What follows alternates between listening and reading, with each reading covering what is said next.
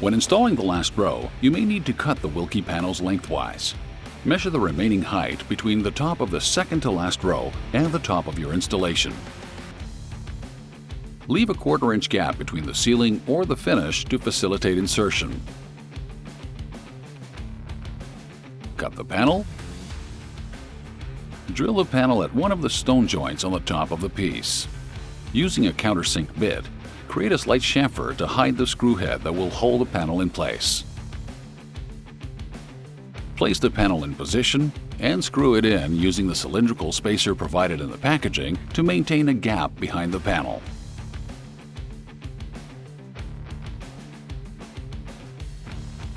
It is also recommended to screw the cylindrical spacers in various spots behind the last row to help with the panel's stability. Use 3-inch flathead screws. Do not over-tighten the screw. To hide the screw heads, you can obtain the exact color of the stone by mixing cutting dust with a bit of clear caulking.